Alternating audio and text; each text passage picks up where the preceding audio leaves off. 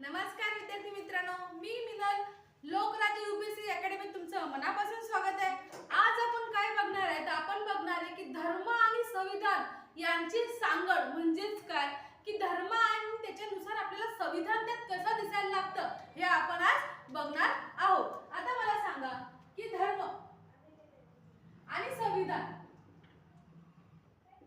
या दोघांमध्ये साम्य काय आहे तर साम्य एकच आहे, हे पण एक नियमावली आहे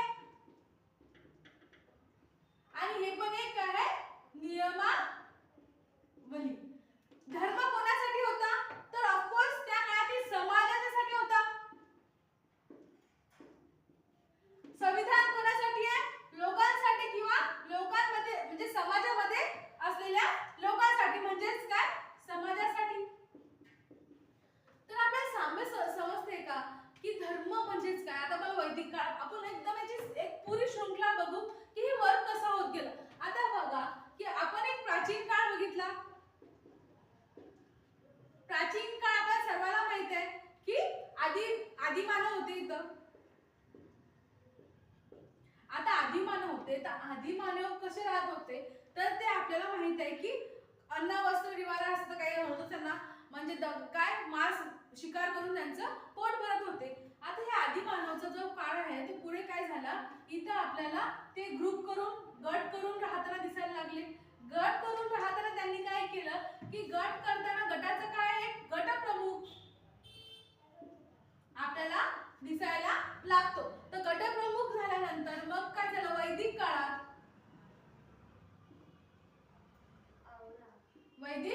काळामध्ये काय झालं की राजा आणि प्रजा अशी सिस्टीम आपल्याला हळूहळू दिसायला लागली। म्हणजेच काय एक राजा आहे, राजाचं एक पूर्ण क्षेत्र आहे आणि क्षेत्रासाठी एक त्याची नियमावली आपल्याला दिसायला लागते।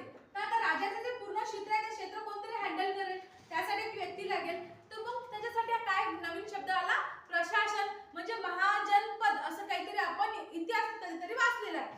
तर कसं चाललंय किंवा प्राचीन काळ आहे, व्यक्ती आहे, समाज आहे, तो माणूस पहिले एकटा होता मग ग्रुप करून राहायला लागला। ग्रुप करून राहण्यासाठी आता समाज आला, समाजासाठी चालवण्यासाठी आता काय पाहिजे एक राजा किंवा एक असा व्यक्ती पाहिजे की आपल्या एवढ्या एरियाचे काहीतरी रूल्स असतील। जसं आपलं घर आहे आपल्या घराचे रूल्स कोण ठरवते आपल्या घरचे लोक, तसं एक राज्याचं एका क्षेत्रफळाचे रूल कोण ठरवते त्या क्षेत्राचा राजा। आता हा राजा हळूहळू काय करतं, आता पहिले छोटं क्षेत्र होतं आता मोठं क्षेत्र त्याच्या अंडर येतं। आता आपल्याला माहित आहे की अशोकाने पूर्ण भारतावर राज्य केलेलं आहे। आता एवढं मोठं राज्य केलं त्याचे काही नियम नसतील का, कारण की राज्य करताना आपल्याला प्रशासन करताना एक नियमावली आखून देणं गरजेचं आहे। मग नियमावली मग नंतर कोणती आली तर ईस्ट इंडिया कंपनी, मग त्यात मुघल प्रशासन पण आहे, मुघल काळ आला किंवा मध्ययुगीन काळ झाला, त्यातही आपल्याला हेच दिसते ना की काय झालंय की बाबा प्रशासन चालवताना अकबरचे नियम वेगळे होते, औरंगजेबचे नियम वेगळे होते आणि जेवढे काही असतील बादशाह दिल्ली सल्तनतचे जेवढे बादशाह असतील त्या प्रत्येकाची नियमावली वेगवेगळी असताना आपल्याला दिसते। तर हे नियमावली काय होतं त्या राज्याचं संविधान। मग ईस्ट इंडिया कंपनीचं पण एक संविधान होतं, त्यांची पण एक प्रोसेस होती, कायदा होता।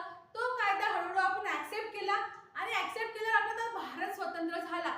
26 जानेवारी 1949 रोजी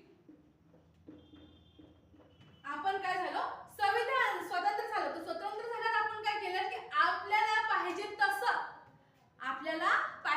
आपल्या संविधान निर्मात्याने आपल्याला संविधान बनवून दिलं। म्हणजेच काय केलंय बाबा की समाजाच्या स्वरूप असून एक म्हणजे एक समजते का शृंखला।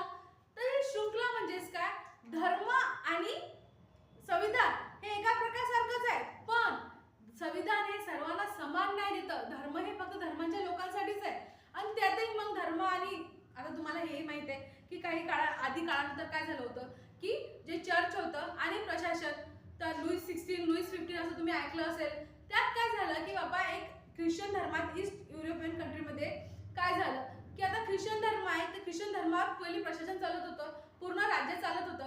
त्यानंतर काय झालं की राज्यामध्ये वाद झाले की त्यांना कळलं की धर्म आणि राज्य हे सारखं चालूच शकत नाही, धर्म आणि प्रशासन हे सारखं चालू शकत नाही। प्रशासन एक चांगल्या व्यक्तीकडे असलं पाहिजे आणि धर्म एक धर्माच्या स्वरूप असलं पाहिजे। म्हणून ईस्ट इंडिया कंपनी किंवा बाहेरचे देश जे युरोपियन देश आहेत त्याच्यात काय झालं की त्यांनी काय केलंय की धर्म हा वेगळा करून टाकला